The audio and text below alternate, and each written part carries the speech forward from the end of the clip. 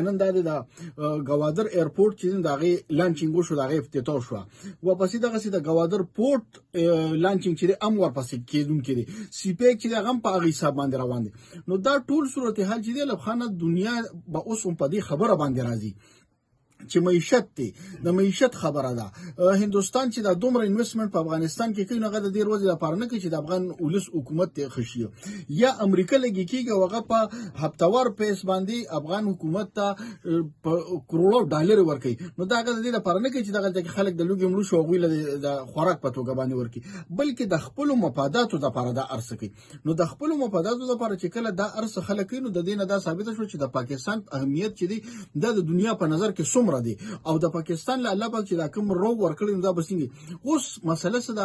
مسله دلته کې د اهل حکومتونو ده، د اهل حکمرانانو ده چې دا نن کوم اپریشن روان شو، دا نن چې کوم اپریشن کېږي د دې نه مخکې صوبایي ګورنمنټ کېناسته، چیف سیکرټري کېناسته، آی جی پي کېناسته، هغوی خپل منځ کې خبرې وزیر اعلی چیف منسټر ورسره کېناسته، خپلې خبرې اترې وکړې. بیا د هغې نه پس ارمي چیف راغی او دا ټول خلک یې بیا کېنول او د هغې نه پس اوس فیصله وشوه چې یاره دغلته کې اپریشن پکار دی.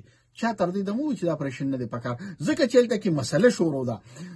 4 میاشتې شوې چې لارې بندې دي، خلکو ته خوراکي توکي نه میلاویږي. 1.5 سلو نه زیات ماشومان په د دویانو د نشوالي د وجې په حق باندې ورسېدل. څه کم 300 کسان چې دا په دې لږو ورځو کې مړه شو. په څه باندې مړه شو؟ هېڅ بېسه چې ټرک ځینو ډرایوران یې وویشتل هغه مړه شو، سکیورټي فورسز مړه شو، په ډي سي چې په هغه باندې ډزې وشوې. علب خان دغه غزالې دي، دغه زه ته وایم دا غزاله ده چې وایي چې یاره ازاله دې وشي نو دغه غزاله ده. د سهولتکارو خلاف دا چې سټپ بای سټپ را روان دي، ډي جی ایس آی خلاف کاروي کېدل، دا هم د دې خبرو تسلسل دی، دا هم د دې خبرو هغه حصه ده. سیاسي خبرې په خپل ځای باندې دي چې جماعت اسلامي دا کوي او جماعت اسلامي هغه کوي. جماعت اسلامي څه وکړل؟ جماعت اسلامي خو سم نه کړل. او که موږ وایو چې لکه جماعت اسلامي چا سره، نو په دې موجوده صورتحال کې خو صرف هغه د هغوی سره لږ سیمپتیز وي، د پاکستان تحریک انصاف سره لږ ډېر هغه همدردۍ وي. هغه همدردۍ مو هغوی په سوشل میډیا یو بل پسې هغه سو وي چې هغه سیزم ختم شو. د ظلم بربریت او جبر روان دی. د دې مزامتو کې ناغه پی ټی آی ولته دومره بدو لګېدله چې په هغې باندې هغوی بس اسمان راکوز کړی او په جماعت اسلامي پسې دنیا چې کم دی نو پوسټونه وکړل. په د ایمل خان دا وایي چې صوبایي حکومت د سره د کور مې په مسلې حل کېدو کې دلچسپي نه اخلي. په کوم ورځ چې دوی و چې مذاکرات شو نو په هغه ورځ 140 مړه شي، بیا چې په دوی و چې مذاکرات شو نو جرګه وشوله نو بیا 30-40 چې کم دی نو شهیدان شي. او دا د لوږې چې دا خلک مري او یخني ده، تر اوسه د کیمپس تنظیم نشته.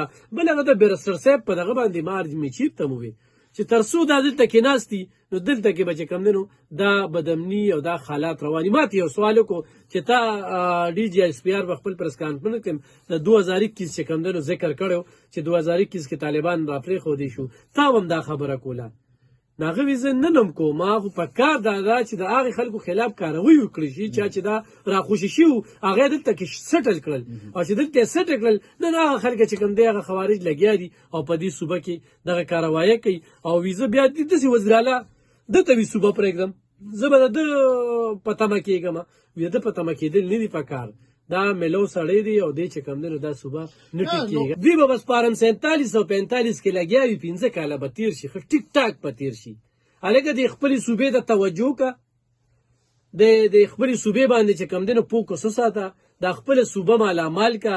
د دې خلکو د کرپشن آیرو چې کم دی د کرپشن یو عجب کهانه چې کم دی هغه مخې ته راځي چې دا په دې کې 90 کروڑ شوې، په دې کې 97 شوې، په دې کې 93 شوې. ټول والا ورسره روزګار پرېښوده، ان جی او له ورکه هغه پروجیکټ د بېنظیر نشونما کوم پروجیکټ هغه د حکومت نه واغشته وي. په دې کې بې قاعدګي وشوه، جعلي ملازمین پکې تاسو کېنولي، ملازمین شو تنخواګانې ورله ورکوي.